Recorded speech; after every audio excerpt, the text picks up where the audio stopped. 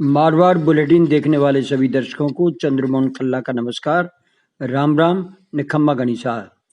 High command Congress ने राजस्थान के उप मुख्यमंत्री रहे सचिन पायलट को स्टार प्रचारक बना बिहार व मध्य प्रदेश में भेजा। दोनों ही जगह कांग्रेस की परफॉर्मेंस ठीक नहीं रही। मध्य प्रदेश में ज्योतिरादित्य सिंधिया, शिवराज चौहान व कमलनाथ का राजनीतिक भविष्य तय ये चुनाव करने थे। साथ ही सचिन पायलट की असलियत का भी पता इन्हीं चुनावों में चलना था। बिहार में हालांकि महागठबंधन जीत की ओर बढ़ रहा है, लेकिन कांग्रेस की सीटें 20 पर सिमट कर रह गई है। तो मध्य प्रदेश में भी भारतीय जनता पार्टी की आंधी को रोकने का काम सचिन को सौंपा गया था, लेकिन वहां वे अपने करीबी मित्र महाराजा ज्योतिरादित्य सिंधिया की लक्ष्मण रेखा पार नहीं कर सके। 28 सीटों पर हुए मध्य प्रदेश में उपचुनाव में कांग्रेस को अब तक केवल 3 सीटें ही मिल पाई है।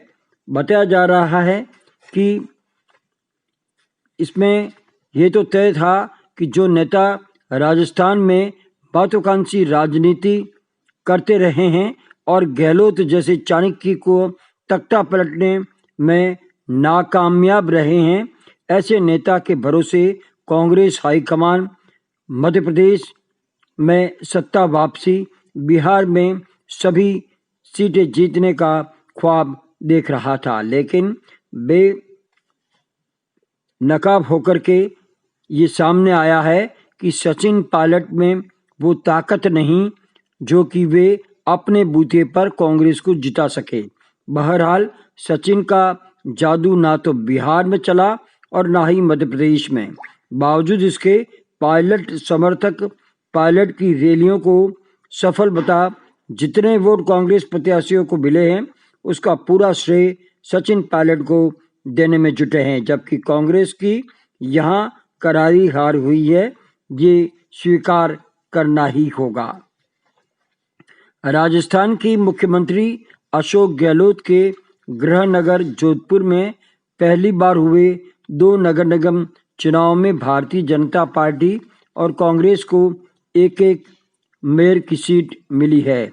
मेयर का चुनाव ठीक वैसा ही हुआ जैसी उम्मीद की जा रही थी। दोनों ही पार्टियां किसी तरह का उलटफेर करने में विफल रही। जोधपुर दक्षिण में वनिता सेठ 10 मतों से जीतकर मेयर बनी, तो उत्तर में कुंती देवड़ा संगीता सोलंकी को 42 मतों से हराकर मेयर बन गई। लेकिन दक्षिण में भारतीय जनता पार्टी को उस समय करारा झटका लगा जब उसका 1 वोट कम पड़ा और ये कांग्रेस को गया। 46 पार्षद बाड़ेबंदी में भारतीय जनता पार्टी के साथ थे, लेकिन 45 वोट ही लाने से भाजपा के कान खड़े हो गए हैं। ये 1 वोट कौन सा है वो अभी भारतीय जनता पार्टी को पता नहीं चल पाया है, लेकिन जिस तरह से इंदिरा राजपुरोहित को लेकर के खेमे बांधी थी, तो हो सकता है कि इंदिरा राजपुरोहित या अन्य उनके समर्थक किसी नेता ने भारतीय जनता पार्टी के लिए वोट नहीं देकर कांग्रेस को वोट दे दिया, जबकि उत्तर में 2 भारतीय जनता पार्टी की बागी समेत 5 कांग्रेस की बागी जीते पार्षदों को कुंती देवड़ा ने अपने पाले में लाकर के अपनी जीत का अंतर बढ़ा दिया। फिलहाल उप महापौर दोनों ही तय है, एक भाजपा और एक कांग्रेस, लेकिन अल्पसंख्यकों को कांग्रेस को खतरा निरंतर बढ़ता ही जा रहा है।